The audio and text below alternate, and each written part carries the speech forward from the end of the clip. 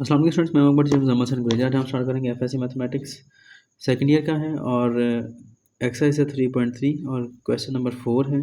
Question दिया गया है कि integral 1/x natural log x dx आ गया। ठीक है जी।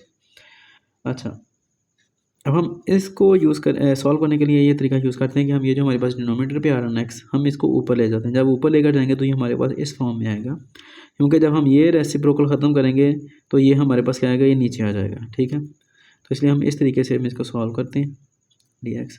अब यहाँ पर एक टेक्निक है जो कि बड़ी ना बेहतरीन तरीके से यहाँ पर यूज़ होगी, जो कि हम यूज़ करते हैं इस तरह के क्वेश्चन के अंदर। और वो क्या है जी कि जो हमारे पास डिनोमिनेटर है ना, ये हमारे पास फंक्शन है और फंक्शन का डेरिवेटिव जो है वो ऊपर एग्जिस्ट कर रहा है। कैसे है देख लेते हैं।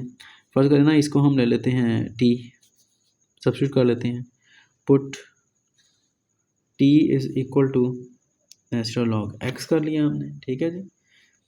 अब हम इसका डिफरेंशियल लेते हैं तो क्या आएगा, d t is equal to natural log x का डेरिवेटिव क्या होता है, 1/x आता है। ठीक है, अब ये देखें 1/x dx, 1/x dx ऊपर मौजूद है, नीचे क्या है, नेचुरल लॉग t है। ठीक है, यानी कि जो फंक्शन है नीचे उसका डेरिवेटिव ऊपर मौजूद है हमारे पास। ठीक है जी।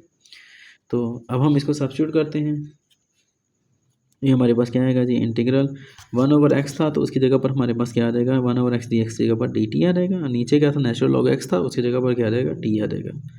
अब ये 1/t है तो t का डेरिवेटिव 1 है जो कि ऊपर एग्जिस्ट कर रहा है यहाँ पर।